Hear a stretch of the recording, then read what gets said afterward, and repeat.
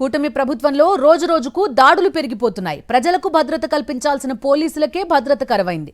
తాజాగా శ్రీ సత్యసాయి జిల్లా మడకశిర నియోజకవర్గం అగళి మండలంలో మహిళా ఎస్ఐ శోభారాణిపై ఓ టీడీపీ కార్యకర్త కుమార్తె దాడి చేసింది. మండల పరిధిలోని ఇరిగేపల్లి సమీపంలో టీడీపీ కార్యకర్త మల్లికార్జున్ ధాబా నిర్వహిస్తున్నాడు. ధాబాలో కర్ణాటక మద్యం అమ్ముతున్నారనే సమాచారం అందుకున్న ఎస్ఐ శోభారాణి తన సిబ్బందితో కలిసి ధాబాలో దాడులు నిర్వహించి అక్రమంగా అమ్ముతున్న కర్ణాటక మద్యాన్ని స్వాధీనం చేసుకున్నారు. అయితే ధాబా నిర్వాహకుడు మల్లికార్జునను స్టేషన్కు తరలిస్తుండగా మా ధాబానే తనిఖీ చేస్తారా అని ఆయన కుమార్తె కీర్తన పోలీసులను అడ్డుకుని ఎస్ఐ శోభారాణిపై దాడి చేసింది. ఎస్ఐ శోభారాణి ఫిర్యాదు మేరకు స్థానిక పోలీస్ స్టేషన్లో కేసు నమోదైంది.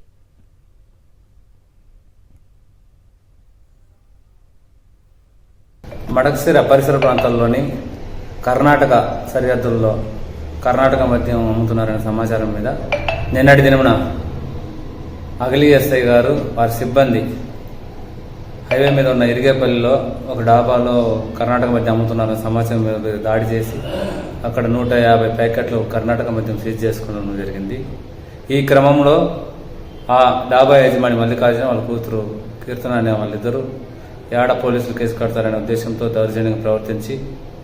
దురుసుగా ప్రవర్తించి పోలీసుల మీద దౌర్జన్యం చేయడమైంది.